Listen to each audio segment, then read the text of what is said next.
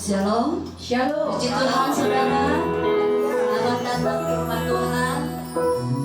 Mari kita mau menikmati hadirat Tuhan pada pagi hari ini. Kita mau senangkan Tuhan lewat kehadiran kita, lewat suara kita yang kita mau angkat, kita mau serahkan untuk memuji dan menyembah Dia. Untuk sebelumnya mari saya ajak kita sama-sama berdoa terlebih dahulu. Haleluya. Bapa di surga, Bapa yang baik, sungguh kami bersyukur Tuhan pada pagi hari ini Engkau memberkati kami dengan tubuh yang sehat, tidak kurang satu apapun. Kami bisa kembali datang ke rumah-Mu, kami bisa ada di dalam rumah-Mu. Ini satu anugerah yang luar biasa yang Tuhan berikan kepada kami. Biar Tuhan, kami mau membawa hidup kami untuk kami menyenangkan-Mu pagi ini. Kami mau memuji dan membesarkan nama-Mu, dan kami juga mau mendengar firman-Mu. Allah Roh Kudus, mari Engkau mengurapi dan memperlengkapi kami.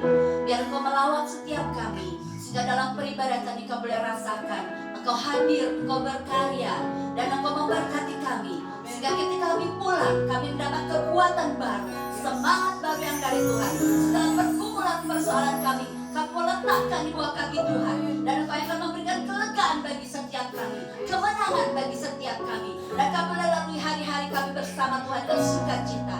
Terima kasih Tuhan, kami serahkan ibadah pada pagi hari dalam tangan kuasa-Mu. Engkau juga yang akan menghantar Tuhan saudara-saudara kami yang belum tiba. Biar Tuhan pimpin, percepat langkah mereka tibakan di rumah-Mu Tuhan, dan satukan hati kami untuk kami bersama-sama meninggikan Tuhan dalam peribadatan ini. Biar Engkau yang terus kami muliakan di dalam kehidupan kami. Terima kasih Bapa, Engkau memberkati ibadah ini dari awal, pertengahan hingga selesai. Dan Tuhan yang akan terus berkarya mengurapi kami yang melayani dan juga seluruh jemaat yang hadir. Terima kasih Bapa, kami siap untuk beribadah, dan kami buka ibadah kami hanya di dalam satu nama, nama di atas segala nama, nama Yesus Kristus yang adalah Tuhan dan penolong serta penebus kami yang hidup. Haleluya, semua katakan amin. Puji Tuhan saudara. Mari saja kita bangkit berdiri. Haleluya. Kita mau menyembah Tuhan, karena kita rindu Dia.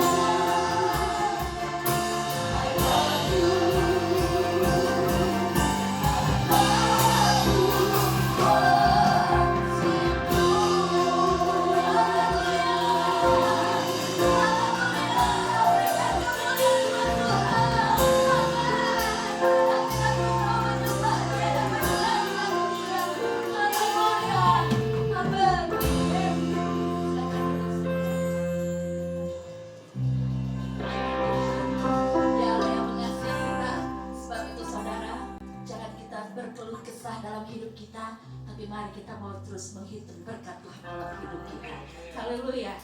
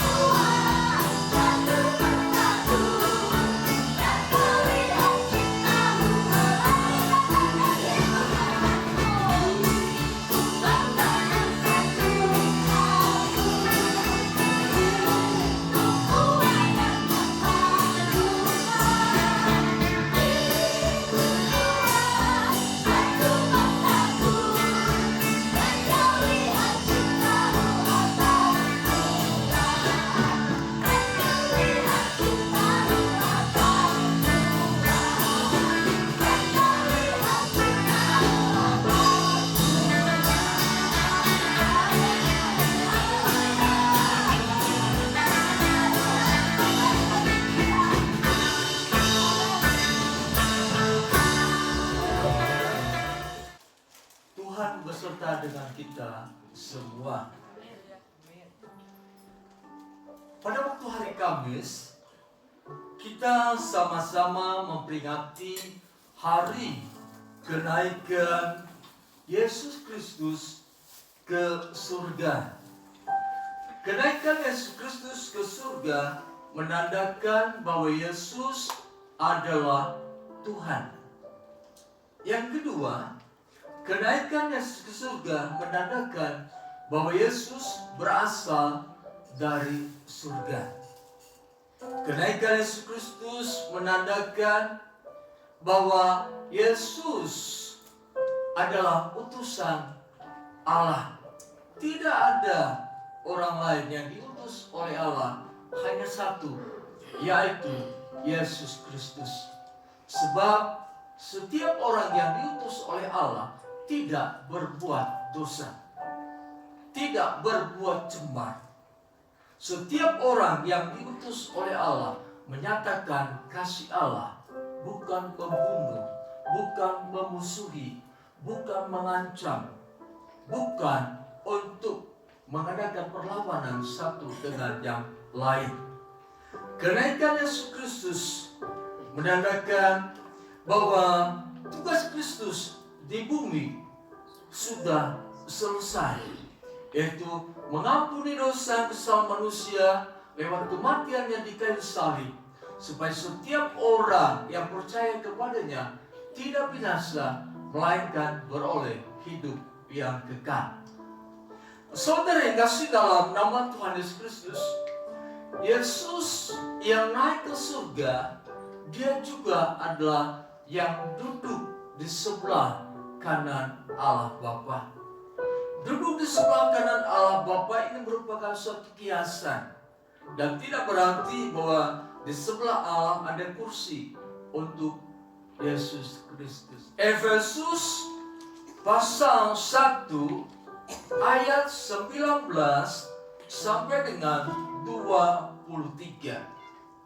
3, 2, 1. Dan betapa hebat kuasanya bagi kita yang percaya, sesuai dengan kekuatan kuasanya yang dikerjakannya di dalam Kristus dengan membangkitkan dia dari antara orang mati dan mendudukan dia di sebelah kanannya di surga, jauh lebih tinggi dari segala pemerintah dan penguasa dan kekuasaan dan kerajaan dan tiap-tiap nama yang dapat disebut, bukan hanya di dunia ini saja, melainkan juga di dunia yang akan datang.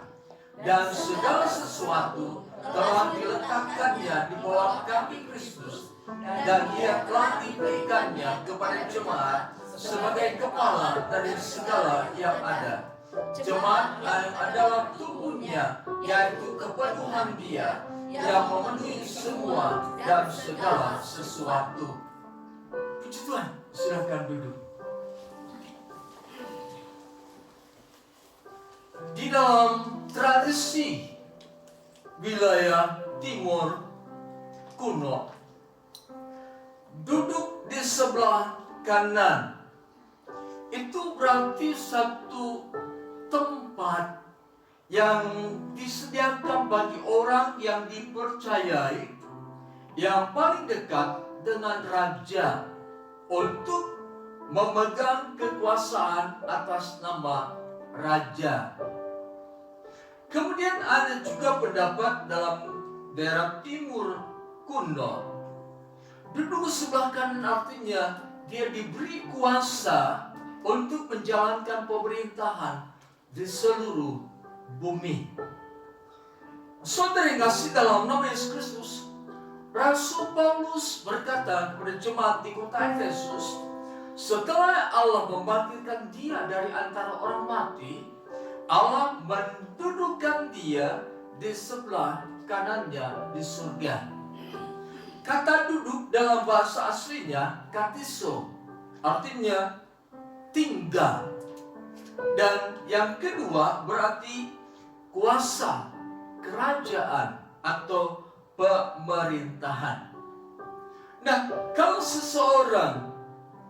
Yesus dikatakan duduk di sebelah kanan Allah Bapa, berarti Yesus mendapatkan satu keadaan yang paling terhormat dan dikatakan juga sebagai orang yang disegani oleh Allah. Duduk di sebelah kanan Allah ini sudah dinubuatkan oleh seorang raja yang bernama Daud. Mari kita perhatikan Mazmur pasal 110 ayat yang ke-1. Mazmur pasal 110 ayat yang ke-1. Demikianlah firman Tuhan kepada Tuhanku, duduklah di sebelah kananku, sampai kubuat musuh-musuhmu menjadi tumpuan kakimu. Pemazmur atau Daud adalah seorang raja, tetapi dia mendapatkan satu dengan fisik daripada Allah, dan dia menubuatkan bahwa ada seseorang yang dikatakan sebagai Tuhan, artinya seorang raja yang melebihi kapasitas Daud sebagai raja yang ditakuti pada zaman itu. Daud berkata, "Duduklah di sebelah kananku." Daud menubuatkan tentang seorang raja yang akan berada di sebelah kanan Allah. Di dalam kehidupan bangsa Yahudi, istilah duduk di sebelah kanan Allah ini merupakan satu pertanda bahwa mereka memiliki raja yang bisa membebaskan mereka dari perbudakan bangsa Romawi. Bagi bangsa Yahudi ini adalah satu kesempatan bagi mereka untuk memiliki raja seperti raja-raja di dunia pada saat itu, sehingga mereka bebas dari perbudakan bangsa Romawi. Tetapi yang dikatakan oleh pemazmur bukanlah sosok raja yang akan bermusuhan dengan raja yang lain. Bukanlah raja yang akan menaklukkan kerajaan-kerajaan lain. Bukanlah raja yang akan membunuh, dan bukanlah seorang raja yang membunuh orang-orang yang tidak disukainya. Dan dia juga bukan raja yang menyuruh pengikutnya untuk membunuh jika tidak sepaham dengan mereka. Yesus berkata kepada mahkamah agama, "Engkau akan melihat Anak Manusia duduk di sebelah kanan Allah." Jadi Daud menubuatkan tentang duduk di sebelah kanan Allah. Yesus mengatakan, "Akulah orang yang akan duduk di sebelah kanan Allah." Jadi Yesus menempatkan diri sebagai pribadi yang menggenapi nubuatan Nabi Daud. Saudara yang kasih dalam nama Yesus Kristus, duduk di sebelah kanan Allah Bapa, itu juga dikatakan oleh Petrus dalam Kisah Rasul pasal 2, ketika dia berbicara kepada beberapa ribu orang. Setelah dia mendapatkan kepenuhan Roh Kudus, dia berbicara bahwa Yesus yang disalibkan adalah pribadi yang dibangkitkan dan yang duduk di sebelah kanan Allah. Kemudian orang Yahudi pada saat itu mereka tersentak. Oh, kalau begitu kita sudah menganiaya Tuhan yang seharusnya kita sembah. Kemudian Rasul Paulus juga mengatakan bahwa Yesus duduk di sebelah kanan Allah. Di dalam kitab Kolose pasal 3 ayat yang pertama, Paulus juga berkata pada jemaat di kota Kolose, "Carilah perkara yang di atas, di mana Kristus duduk di sebelah kanan Allah Bapa." Kemudian penulis kitab Ibrani juga mengatakan bahwa Yesus setelah menyelesaikan tugasnya pengampunan dosa lewat kematiannya di kayu salib, dan oleh darahnya Yesus duduk di sebelah kanan Allah. Jadi tidak ada sosok lain yang Allah percayai untuk ada bersama dengan Allah dalam kerajaan surga. Hanya Yesus saja. Dia sendiri yang mengatakan, "Aku akan duduk di sebelah kanan Allah Bapa." Tidak ada tokoh di dalam dunia ini yang berani berkata, "Aku akan duduk di sebelah kanan Allah Bapa." Sebab mereka menyadari ini adalah satu kebohongan jika mereka berkata, "Aku akan duduk di sebelah kanan Allah Bapa." Dan mereka tidak berani berkata begitu, sebab mereka menyadari ketidaklayakan mereka untuk menghampiri Allah. Boro-boro untuk duduk di sebelah kanan Allah, untuk mendekat kepada Allah saja, mereka ketakutan. Apa sebabnya? Karena mereka hidup di dalam dosa. Tidak mungkin seseorang yang berdosa bisa menghampiri Allah. Sebab pemazmur juga katakan, siapakah yang bisa masuk ke dalam pelataran bait Allah? Siapakah yang bisa mendekat ke gunung Allah yang kudus? Mereka yang tidak berdosa dalam kehidupannya. Manusia berteriak, manusia berseru kepada Allah. Jelas firman Allah katakan, tidak akan didengar oleh Allah. Tidak akan bisa menghampiri Allah, karena ada pemisah antara mereka dengan Allah, yaitu segala dosa dan kesalahan manusia.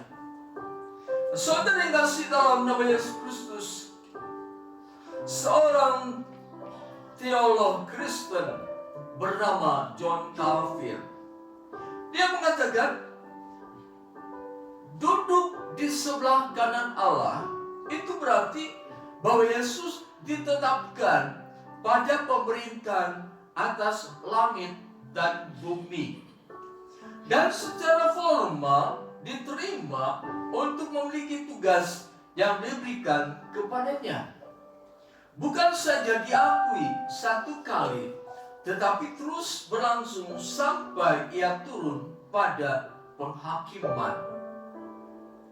Jadi menurut John Calvin, bahwa Yesus yang duduk di sebelah kanan Allah Bapa, dia adalah pribadi yang akan memerintah di bumi dan di langit. Dia akan terus memerintah dan memerintah sampai ia turun ke bumi untuk menghakimi manusia. Jadi John Calvin mengatakan bahwa masa saat ini, setelah Yesus naik ke surga, Yesus akan kembali datang ke dalam dunia ini untuk menghakimi manusia. Jadi ada satu pernyataan yang harus kita ketahui, bahwa kehidupan kita pada masa sekarang ini adalah masa di mana Allah terus memperhatikan kehidupan kita, di mana ada buku kehidupan yang terus mencatat apa yang kita perbuat, mencatat apa yang kita pikirkan, mencatat apa yang kita rasakan. Pada saat nanti penghakiman, semua terbuka di hadapan Allah, dan tidak ada yang dapat menyembunyikan segala kesalahan atau kebenaran yang dia lakukan. Duduk di sebelah kanan Allah Bapa, berarti yang pertama, Yesus mendapatkan kehormatan yang paling tinggi dan kemuliaan dari Allah. Tidak ada orang yang dikatakan dia mendapatkan kehormatan, kemuliaan yang tertinggi dari Allah. Tidak ada orang yang dikatakan dia ditinggikan oleh Allah. Hanya Yesus Kristus, hanya pribadi Yesus Kristuslah yang mendapat penghormatan, mendapat kehormatan yang tertinggi dari Allah, dan dia juga menerima kemuliaan dari Allah. Kemuliaan berarti kekuatan, kekuasaan, keagungan, kebesaran yang daripada Allah. Nah, saudara dikasih dalam nama Tuhan Yesus Kristus, Yesus yang naik ke surga adalah Yesus yang memiliki kemuliaan dari Allah, memiliki kehormatan yang dari Allah. Hanya dia yang memiliki kemuliaan yang dari Allah. Nah, saudara dikasih dalam nama Yesus Kristus, kalau Yesus mendapat kemuliaan yang tertinggi dari Allah, kalau Yesus mendapat kehormatan yang dari Allah, berarti kekuasaan dan kekuatan di surga dan di bumi ada pada diri Yesus Kristus. tidak ada pribadi yang lain yang bisa memiliki kekuatan dan kekuasaan di surga dan di bumi. Hanya satu orang, yaitu Yesus. Di dunia ini tidak ada yang seperti Yesus.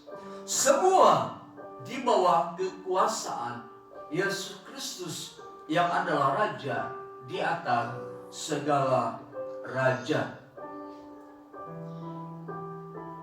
Yesus yang duduk di sebelah kanan Allah Bapa adalah Raja yang memerintah. Dia memerintah secara umum.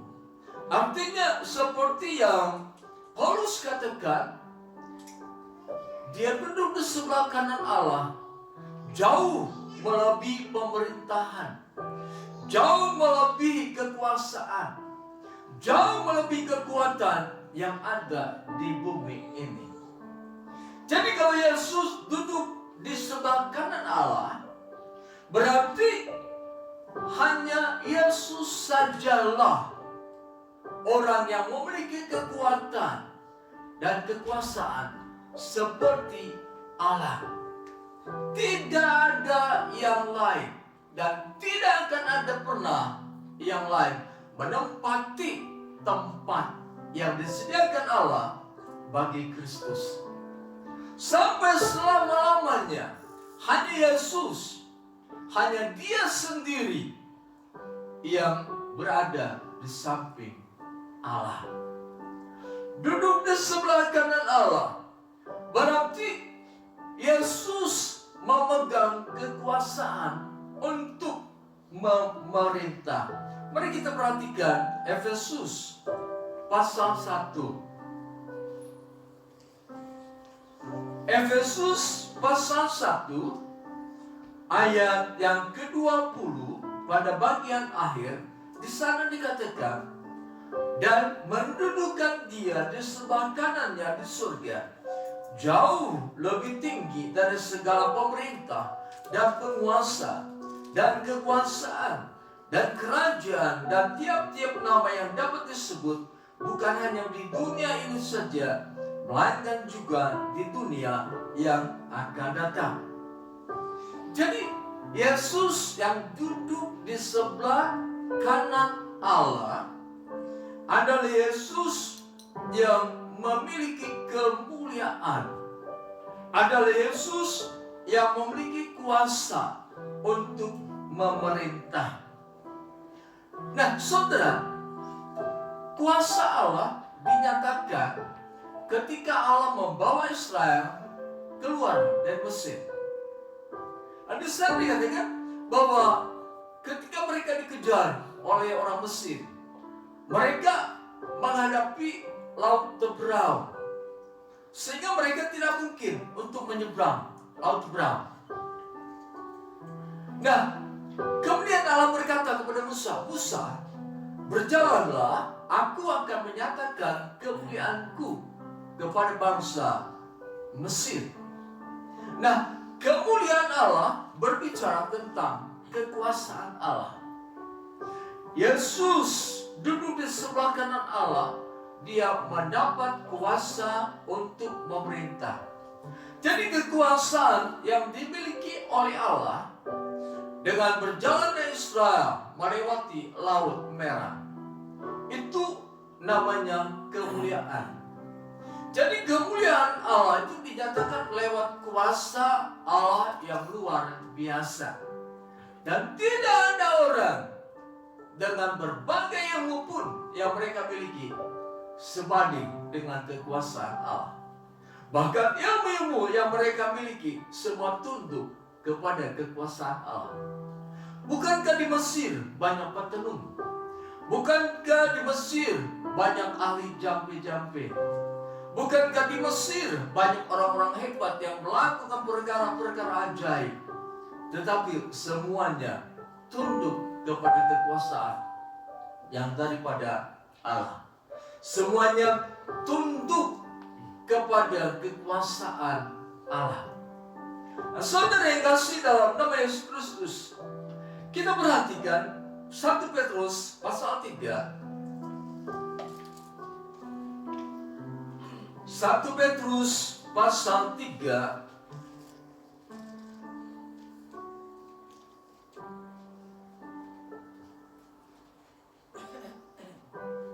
ayat 22.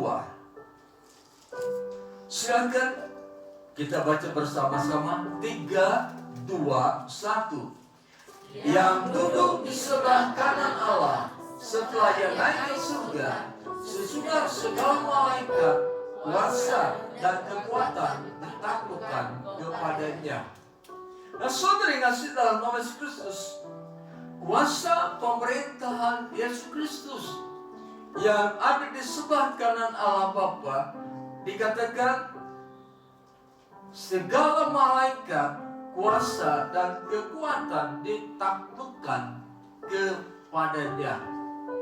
Ada orang yang memiliki pengertian, ada orang yang memiliki satu tradisi untuk menganggap malaikat sebagai makhluk yang memiliki kekuatan kekuasaan yang tidak terbatas dan tidak bisa dibatasi kekuasaannya oleh siapapun, sehingga mereka menyembah kepada malaikat sebagai Tuhan dalam kata atau huruf kecil. Penulis kitab Ibrani mengatakan bahwa hanya kepada Yesus para malaikat itu tunduk. Dan penulis kitab Ibrani mengatakan Allah berfirman supaya Yesus disembah oleh para malaikat. Nah, dalam kitab 1 Petrus pasal 3 22 tadi, malaikat juga tunduk kepada Yesus. Malaikat memiliki kekuatan, malaikat memiliki kekuasaan yang luar biasa, tapi mereka juga tunduk pada kekuasaan dan kekuatan yang daripada Tuhan. Kita perhatikan Ibrani pasal 1 ayat 13.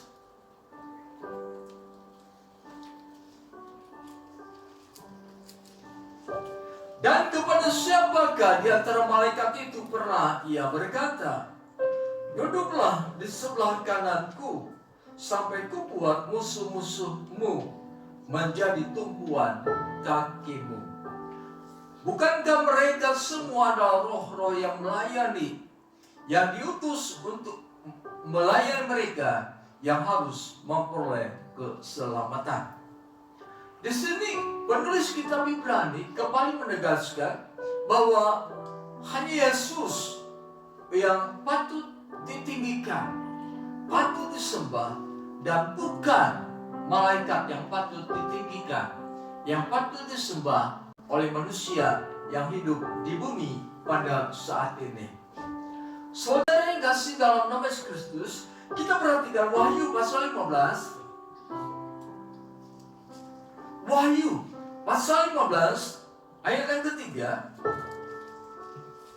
Demikian dikatakan firman Allah, dan mereka menyanyikan nyanyian Musa hamba Allah, dan nyanyian anak domba bunyinya, besar dan ajaib segala pekerjaanmu, ya Tuhan Allah yang Maha Kuasa. Adil dan benar segala jalanmu, ya Raja segala bangsa. Siapakah yang tidak takut ya Tuhan, dan yang tidak memuliakan namamu? Sebab Engkau saja yang kudus, karena semua bangsa akan datang dan sujud menyembah Engkau, sebab telah nyata kebenaran segala penghakimanmu.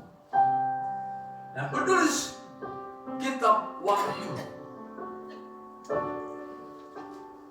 dia mendapatkan suatu penglihatan yang menyatakan bahwa Yesus yang duduk di sebelah kanan Allah dikatakan sebagai Allah yang adil dan benar. Jadi pemerintahan yang dimiliki oleh Yesus, kekuasaan, kekuatan yang dimiliki oleh Yesus itu untuk mengerjakan keadilan, untuk mengerjakan kebenaran. Artinya kebenaran, kekuasaan yang dimiliki oleh Yesus bukan untuk menindas orang-orang lemah. Kekuasaan yang dimiliki oleh Tuhan Yesus bukan untuk menghancurkan mereka yang tidak sepaham dengan Kristus. Kekuasaan yang dimiliki oleh Yesus untuk mengasihi musuh-musuh Yesus. Kekuasaan yang dimiliki oleh Yesus untuk mengampuni dosa. Kekuasaan yang dimiliki oleh Tuhan Yesus untuk menjadikan mereka yang lemah menjadi kuat. Kekuasaan yang dimiliki oleh Tuhan Yesus untuk menjadikan mereka yang hilang pengharapan menjadi orang yang berpengharapan. Kekuasaan yang dimiliki oleh Tuhan Yesus untuk mengubah duka cita menjadi sukacita. Kekuasaan yang dimiliki oleh Tuhan Yesus untuk menjadikan kain kabung menjadi tarian. Itulah kekuasaan dan kekuatan yang dimiliki oleh Yesus dinyatakan bagi setiap umat Tuhan. Oleh sebab itu setiap umat Tuhan harus menyadari bahwa kekuatan dan kekuasaan yang terbaik itu adalah yang dimiliki oleh Tuhan Yesus. Orang percaya harus berfokus kepada Tuhan supaya memiliki satu kekuatan, memiliki satu prinsip bahwa Yesuslah yang akan memulihkan kehidupan mereka. Yesus yang duduk di sebelah kanan Allah Bapa adalah Yesus yang mendapatkan kemuliaan dari Allah. Yesus yang mendapatkan kuasa untuk memerintah bumi dan di surga.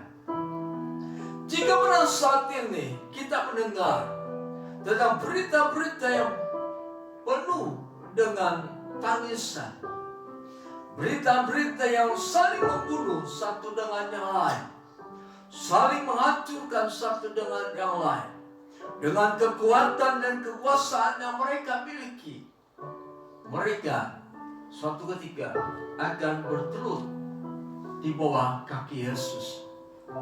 Mereka akan mengaku bahwa hanya Yesus adalah Tuhan dan Juru Selamat. Karena manusia dunia tidak menyadari bahwa kekuatan dan kekuasaan yang dia miliki itu terbatas. Kekuasaan dan kekuatan yang dimiliki oleh manusia tidak sebanding dengan kekuatan yang dari Allah atau yang dimiliki oleh Yesus Kristus. Yesus yang duduk di sebelah kanan Allah Bapa, dia pribadi yang sangat maha kuasa. Tidak ada satu pribadi yang memiliki kekuasaan yang diberikan oleh Allah jika dia tidak menerima Yesus sebagai Tuhan dan Juru Selamat. Kekuasaan yang mereka miliki bukan dari Tuhan, tetapi dari kuasa kegelapan. Inilah kekuasaan yang mau tidak mau sedang terjadi di dalam dunia. Kekuasaan untuk menghancurkan yang lemah, kekuasaan untuk mengambil milik orang lain. Nah, saudara yang kasih dalam nama Yesus Kristus, kita perhatikan dalam Wahyu pasal 17.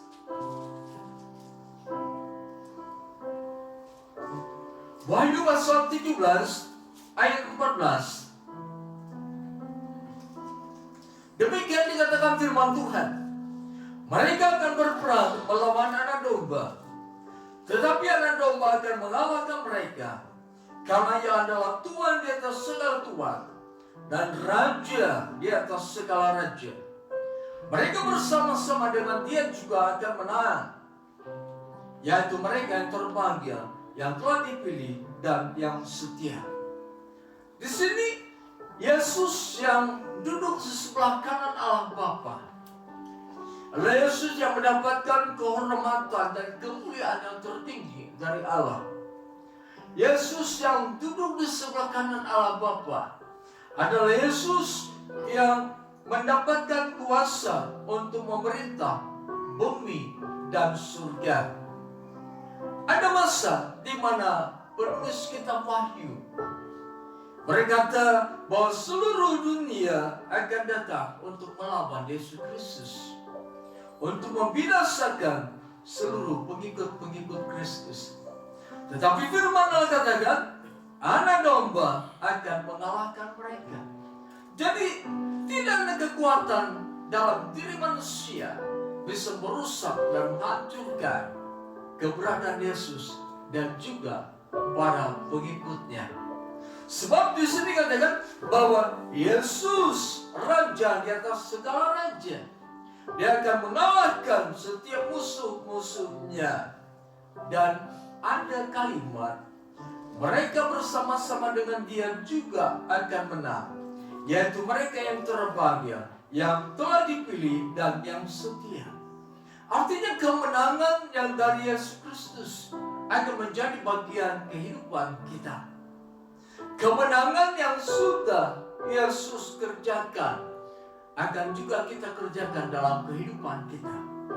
Kemenangan dalam berbagai hal, kemenangan dalam seluruh aspek kehidupan kita, kemenangan dalam seluruh pekerjaan yang sedang kita kerjakan. Karena apa? Yesus yang sudah mengalahkan semuanya itu, kita pengikut-pengikutnya juga akan mengalami kemenangan itu. Paulus katakan kita bukan hanya pemenang, tetapi lebih daripada pemenang. Asas apa? Seluruh aspek kehidupan kita di dalam dunia ini. Jadi kita bukanlah menjadi orang yang kalah dalam setiap permasalahan hidup, tetapi ditentukan sebagai orang yang memenangi setiap permasalahan hidup. Kita bukanlah orang yang harus tunduk kepada kegagalan, karena kita adalah umat pemenang. Kita adalah orang-orang yang diciptakan untuk menjadi orang yang berhasil. Kita bukanlah orang yang harus tunduk kepada keadaan dunia ini dengan kesusahannya. Karena apa? Kita adalah orang-orang pemenang yang bisa mengatasi kesusahan. Jadi kekuasaan yang Yesus miliki akan juga hadir dalam kehidupan kita. Sebab kita bersama-sama dengan Yesus. Hanya siapakah dan kepada siapakah kemenangan itu akan didapatkan? Yang pertama, mereka bersama-sama dengan dia juga akan menang, yaitu mereka yang terpanggil. Artinya orang yang terpanggil, orang yang menerima Yesus sebagai Tuhan dan Juru Selamat, dia akan menerima kekuasaan seperti kekuasaan yang Allah berikan kepada Yesus Kristus. Kita bisa menyatakan kekuasaan Tuhan lewat dalam nama Tuhan Yesus. Bukankah orang yang lumpuh di gerbang bait Allah, Petrus berkata, emas dan perak tidak aku punyai, tetapi dalam nama Yesus bangkit dan berjalanlah. Itulah kekuasaan Tuhan yang bisa kita perkatakan dan itu menjadi kenyataan. Bukankah Rasul Paulus juga pernah mengalami seseorang yang bernama Etikus ketika mendengarkan firman Tuhan, terus dia tertidur, ngantuk dan jatuh dari lantai atas. Dia jatuh dan dikatakan dia mengalami kematian. Tetapi Paulus menghampiri Etikus yang sudah mati itu, dan Paulus berdoa dalam nama Tuhan Yesus. Etikus menjadi hidup kembali. Petrus juga berkata kepada seseorang yang mati yang bernama Dorcas. Petrus menyebut nama Yesus orang Dorcas menjadi hidup kembali. Jadi kekuasaan yang diberikan oleh Allah dalam kehidupan kita orang percaya akan kita dapatkan ketika kita menjadi orang yang terpanggil, menjadi pengikut-pengikut Kristus, dan kita adalah pengikut-pengikut Kristus. Kita adalah orang-orang yang terpanggil. Nah, kalau kita menyadari keberadaan kita sebagai orang yang terpanggil, bawalah kehidupan ini untuk hidup sesuai dengan firman Tuhan. Bawalah kehidupan ini untuk hidup sesuai dengan apa yang Tuhan ajarkan lewat Alkitab. Apa yang Tuhan ajarkan lewat apa yang kita dengarkan. Kalau kita menjadi orang yang terpanggil, berarti kita harus berfokus dalam kehidupan ini hanya kepada Tuhan Yesus. Kalau kita menjadi orang yang terpanggil, berarti kita harus meneladani Kristus dalam kehidupan kita. Yesus dijadikan teladan dalam kehidupan kita. Kalau kita terpanggil dan merasa mengakui saya adalah orang yang terpanggil, maka harus menyesuaikan diri dalam seluruh aspek kehidupan kita untuk sesuai dengan Yesus Kristus. Bukankah Rasul Paulus katakan, kamu yang terpanggil dan terpilih, dipilih untuk menjadi serupa dengan gambaran Yesus Kristus. Jadi orang-orang yang terpanggil adalah orang-orang yang harus membawa kehidupannya menyerupai Yesus Kristus. Itulah orang yang terpanggil. Orang yang sungguh-sungguh terpanggil, dia akan menyanjung, meninggikan, mengagungkan, dan menghormati Tuhan Yesus. Orang yang terpanggil, dia hanya akan memuja kepada Tuhan Yesus. Orang yang terpanggil adalah orang yang selalu mengutamakan Tuhan dalam seluruh kehidupannya. Orang yang terpanggil adalah mereka yang seperti rusa merindukan air sungai. Orang yang terpanggil adalah orang yang dekat dengan Tuhan. Orang yang terpanggil adalah orang yang selalu membawa diri ini untuk melekat kepada Tuhan. Kekuasaan, pemerintahan Yesus, kekuasaan itu juga diberikan kepada umat-umat Tuhan. Pada siapa? Mereka yang terpanggil, mereka yang telah dipilih, dan mereka yang setia. Setia artinya menunjang apa yang Tuhan perintahkan. Kalau Tuhan memerintahkan kasihlah sesama manusia, maka orang yang setia akan menunjang, artinya dia akan melakukan firman Tuhan. Apapun yang Tuhan perintahkan, dia akan mengerjakannya. Itu namanya setia di hadapan Tuhan. Orang setia tidak akan mengingkari firman Tuhan. Orang yang setia tidak akan melupakan apa yang Tuhan perintahkan. Orang yang setia kepada Tuhan adalah orang yang tunduk sepenuhnya kepada kehendak Tuhan. Sudahkah kita mempraktekkan kehidupan sebagai umat yang terpanggil, sebagai umat yang dipilih, dan sebagai umat yang setia di hadapan Tuhan? Kalau belum, mari perbaharui kehidupan kita. Ambil setiap firman yang datang kepada kita.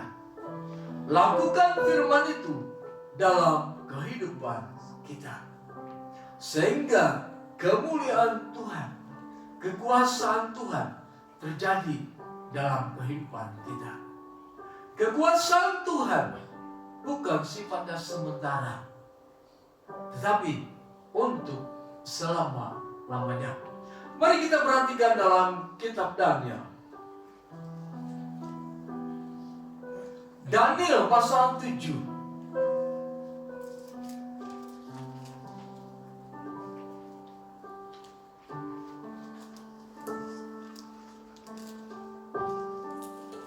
kitab Daniel pasal 7 ayat 13 dan seterusnya. Aku terus melihat dalam penglihatan malam itu, tampak datang dengan awan-awan dari langit seorang seperti anak manusia. Datanglah ia kepada yang lanjut usianya itu, dan ia dibawa ke hadapannya. Lalu diberikannya kepadanya kekuasaan dan kemuliaan dan kekuasaan sebagai raja.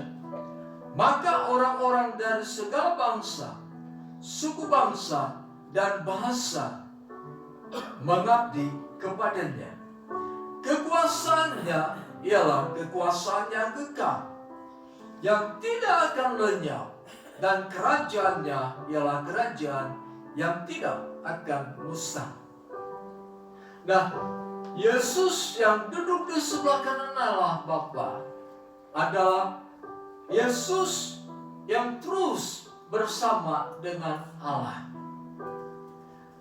Dalam kitab Daniel di sini katakan tentang pribadi Yesus itu sendiri. Dikatakan bahwa Yesus memiliki kekuasaan yang kekal, yang tidak akan lenyap, dan kerajaannya adalah kerajaan yang tidak akan musnah. Nah, jadi kekuasaan inilah yang akan Yesus berikan kepada umatnya selama dia tetap tinggal di dalam Tuhan, selama dia tetap beriman kepada Tuhan. Jadi kenaikan Yesus ke surga dan duduk di sebelah kanan Allah Bapa ini berlaku untuk selama-lamanya. Kekuasaan Yesus yang melebihi kekuasaan pemerintah, penguasa, kekuatan, dan nama setiap orang di dalam bumi ini itu tidak akan berubah. Yesus tetap menempati posisi yang tertinggi dari semuanya itu. Bahkan dikatakan setiap lutut kan bertelut dan setiap lidah kan mengaku. Kita perhatikan Roma pasal 8. Roma pasal 8 ayat 34.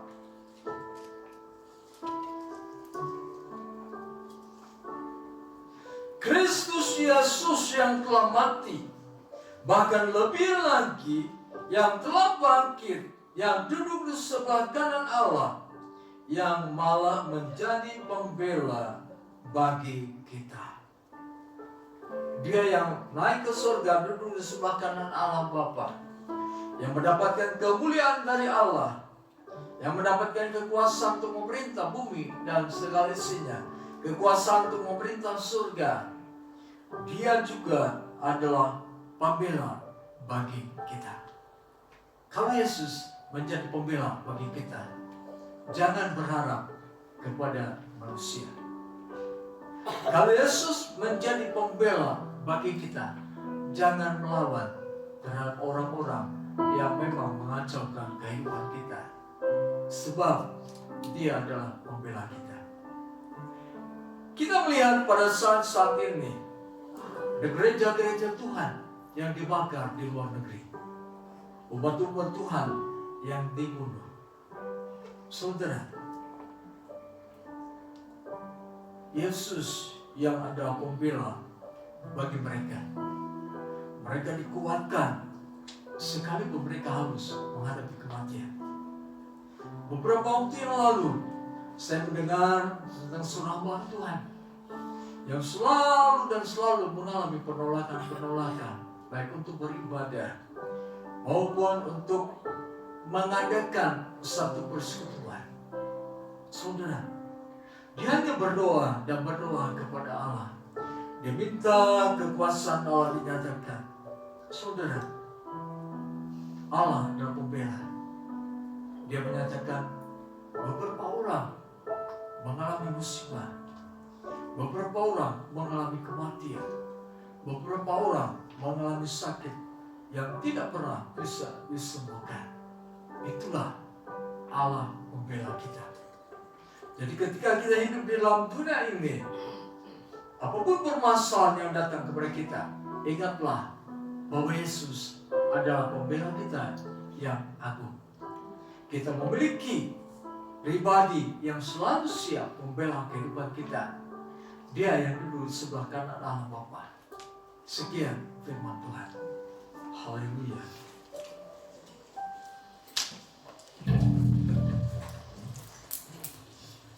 Siang dengan sidang jemaat bangkit berdiri.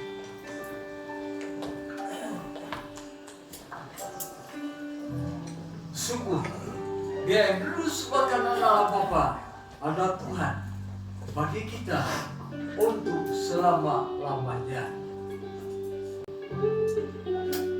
Haleluya.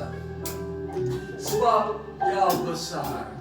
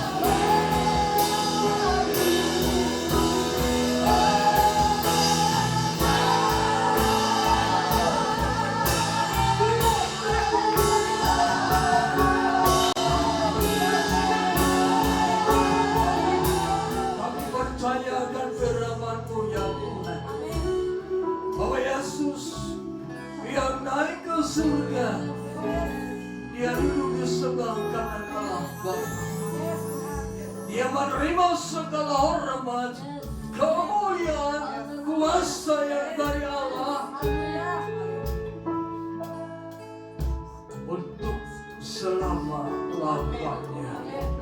Kami mengucap syukur dan terima kasih bahwa Yesus yang duduk di sebelah kanan Allah Bapa adalah pembela bagi kami umat-umat-Mu, dan kami percaya pembelaan sedang terjadi dalam kehidupan kami, sehingga kami dapat berkata, sungguh Yesus adalah Tuhan yang hidup, berkuasa atas kehidupan kami.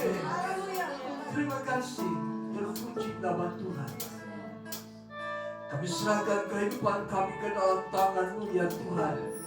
Biarlah Roh Kudus yang membawa kami terus untuk menjadi pribadi-pribadi yang membangun manusia batinia kami, sehingga kami menaklukkan diri ini untuk terus melekat kepada Tuhan, sehingga kami tidak menjadi orang-orang biasa saja, tetapi orang-orang yang mengalami kuasa Allah, orang-orang yang mengalami realita Allah dalam kehidupan sehari-hari kami. Sungguh Engkau mengasihi kami. Bawa kami ya Tuhan lebih dan lebih lagi untuk mendekat kepadamu. Terima kasih, terpuji nama Tuhan. Kami berdoa untuk bangsa dan negara ini. Diberkati bangsa dan negara ini. Presiden kami Jokowi dan wakilnya, diberkatilah mereka. Para menteri, mereka yang duduk dalam jajaran pemerintahan dari pusat hingga daerah, kami mohon berkat untuk mereka. Biarlah bangsa dan negara ini menjadi bangsa yang selalu menerima kasih setia Tuhan, menjadi bangsa yang dipulihkan untuk seturut dengan kehendak Tuhan. Terima kasih, berkati bangsa-bangsa yang ada di kolong langit ini Tuhan. Biar bangsa-bangsa menerima Yesus sebagai Tuhan dan Juru Selamat. Kami berdoa untuk para tetangga sekitar tempat ibadah ini. Diberkati keluarga mereka masing-masing. Diberkati mata pencarian usaha dagang mereka. Jika mereka sedang lemah, jika mereka sedang mengalami permasalahan yang berat, tolong mereka Tuhan. Bebaskan mereka dari semua itu. Kami rindu berkat yang Allah sediakan bagi kami, juga Allah berikan kepada para tetangga sekitar tempat ibadah ini, juga bagi para tetangga di mana kami berada. Terima kasih Tuhan, terpuji nama Tuhan. Sebentar kami akan kembali ke rumah kami masing-masing. Kami mohon Tuhan beserta dengan kami, dan kami kembali berdoa bagi umat-umat-Mu yang sudah ambil bagian dalam pelayanan, yang sudah hadir dalam peribadatan ini. Allah beserta dengan mereka, dan biarlah mereka terus mengalami realita Tuhan. Kami berdoa untuk Pak Bahtiar Sitorus yang ada cairan pada paru-parunya. Dalam nama Yesus, Engkau tabib kami yang ajaib, menjawab dia dan memberikan kesembuhan. Kami berdoa untuk Pak Okim. Dalam nama Yesus, Tuhan menjawab dia dan memberikan kesembuhan. Terima kasih Tuhan. Kami berdoa untuk saudara-saudara kami yang mungkin dalam keadaan sakit pada saat ini. Dalam nama Yesus, Allah memberi kesembuhan untuk mereka. Terima kasih Tuhan, terpuji nama Tuhan. Saudara yang kasih dalam nama Tuhan Yesus Kristus, terimalah damai sejahtera anugerah berkat Allah, cinta kasih Yesus Kristus, kekuatan, penghiburan dan pertolongan dari Allah Roh Kudus menyertai kita mulai saat ini sampai kedatangan Yesus Kristus yang kedua kali ke dalam dunia ini. Di dalam nama Tuhan Yesus kami berdoa. Haleluya. Amin. Haleluya.